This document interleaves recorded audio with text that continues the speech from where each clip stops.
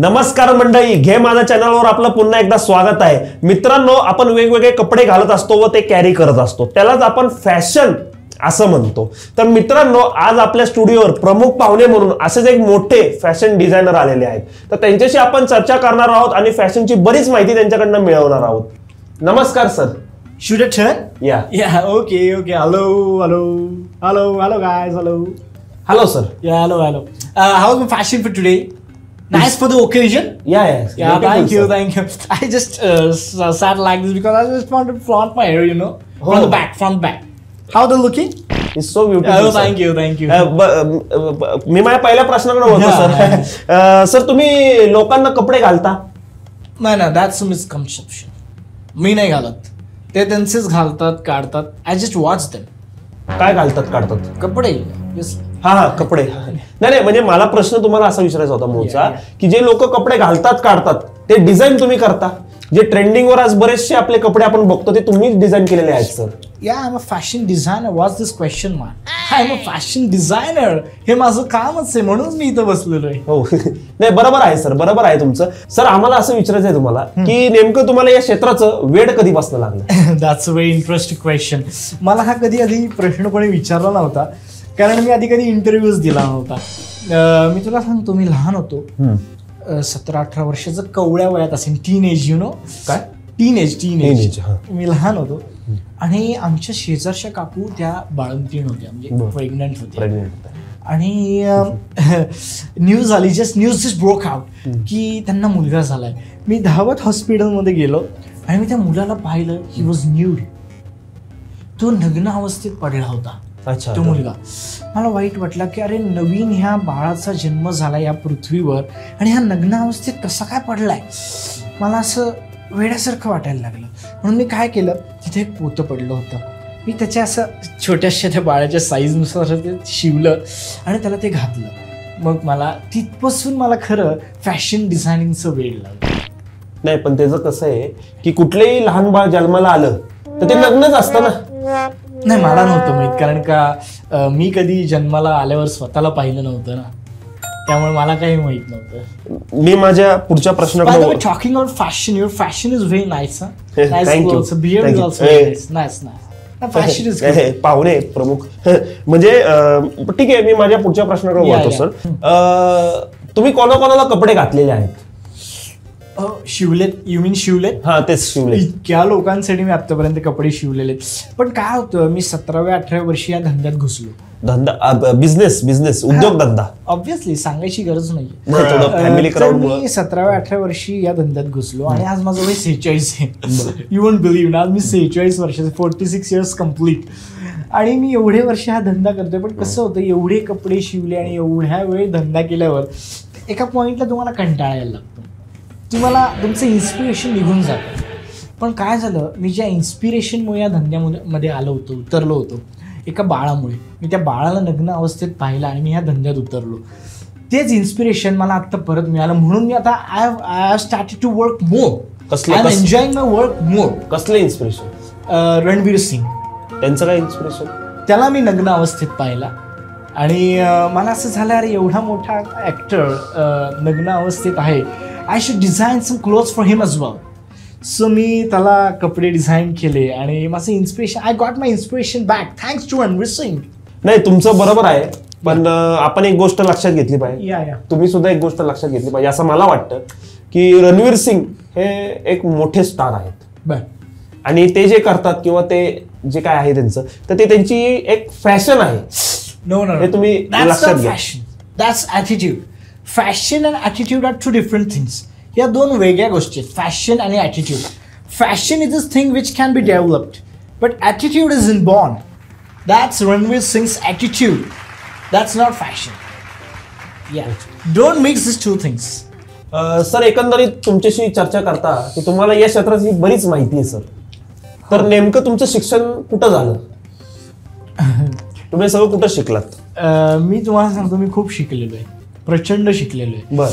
मी England, Holland, Ireland, Finland, Iceland या सगळ्या देशांमध्ये शिकलो.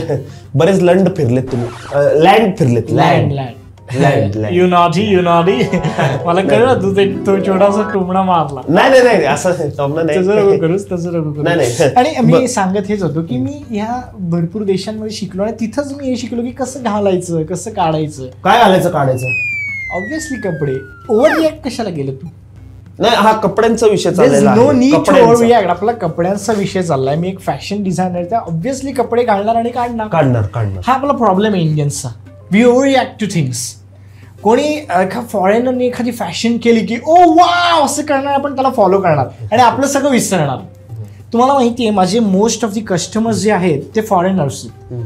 मुली, खास करून मुली ह्या फॉरेनर्स आहेत. त्या माझ्याकडनं शिकतात की साडी कशी घालायची, साडी कशी नेसायची, हे ते माझ्याकडून शिकतात. आणि इथल्या ज्या मुली आहेत आपल्या इंडियन्स, त्यांना अजून साडी घालता पण येत नाही. साडी नेसणं तर लांबच, पण त्यांना साडी घालता पण येत नाही. That's our Indian problem.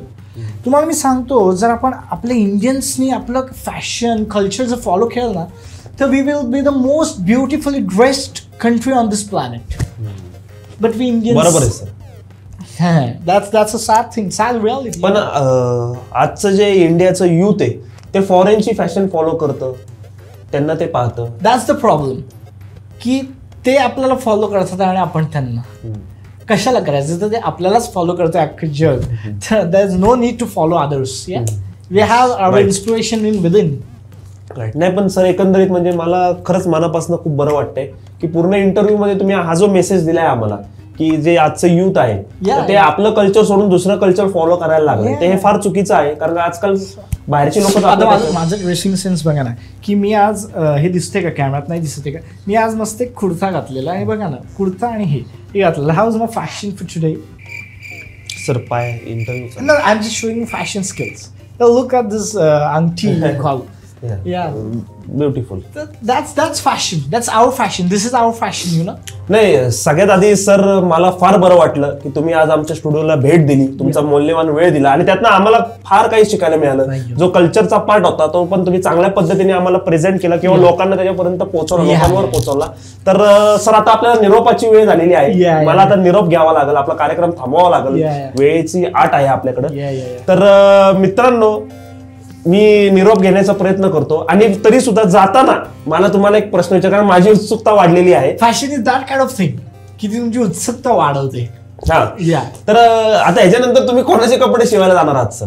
आता मला आवडलं तुझा प्रश्न. आता एका गोरिलाचे कपडे शिवणार. Gorilla you know the big monkey, zoo मध्ये असतं ते, असं खाजवतं. आलं लक्षात सर. गोरिला प्राणी, पण सर प्राणी आहे तो, म्हणजे ॲनिमल, ते कपडे नाही घालत सर. म्हणून मी त्यांच्यासाठी कपडे शिवतोय की ह्या पृथ्वीवर जी लोक आले त्यांना कपडे घालण्याचा अधिकार आहे. मग आपण का ठरवायचं माणसांनी की त्यांनी कपडे नाही घालायचे? म्हणून मी त्यांच्यासाठी कपडे शिवतो. आणि मागच्या आठवड्यात मी एका लायनससाठी कपडे शिवले. सीण लायनससाठी. तुम्ही वाचता त्यात ना? नाही, मी घरच्या लायनीसचं बोलतोय. तुमचं लग्न झालंय का? हो, माझं लग्न झालेलं आहे. लायनीस तिच्यासाठी मी कपडे शिवले. पण हा जो गोरिला आहे तो खरा आहे, तो झू मधलाच आहे. म्हणजे I am not comparing my wife to animals, you know, not comparing. But सांगते की आता झू मध्ये जाऊन एका गोरिलाचे कपडे शिवते. बस. आणि माझं जाताना सांगेल, माझी ड्रीम काय तुला माहिती? ड्रीम की सगळ्या ॲनिमल्सनी कपडे घालावे. Even birds, peacock also. I want to dress for peacock. Peacock, you know, dress some new clothes for peacock. मी निरोप घ्यायचा होता मला कार्यक्रम थांबवावा लागला. नाही, तुम्ही करता ते चांगलंच आहे, त्याच्यामध्ये आवडच आहे, आम्हाला भरपूर काही शिकायला मिळालं. पण आता निरोप घ्यावाच लागला. मलाही जायचंच आहे. मलाही गोरिलासाठी कपडे शिवायला जायचं. तर मित्रांनो, म्हटलं डिझाईन चांगलं दिसेल आणि हे सगळं मला करायचंय. नाही, करा तुम्ही, मला निरोप घेऊ द्या. मला साईज मिळालेला गोरिलाचं. थांबा, मी तुमचं साईज घेतो. नाही नको, माझं नाही, गोरिला आणि मित्रांनो मी निघतो, मला निरोप घेतो. पुढच्या भागात नक्की भेटूया. आणि मला प्लीज सर, प्लीज अरे लाईट नका बंद करू. नाही, एक मिनिट. नाही, गोरिला आणि तुमचं साईज सेम वाटते मला. जरा घेऊ देत, जर असे मागे व्हा. अरे तुम्ही पण गोरिला सारखेच दिसता. मागणं काय करू नका. मला लाईट नको बंद करूया. स्टुडिओचा लाईट चालू ठेवा.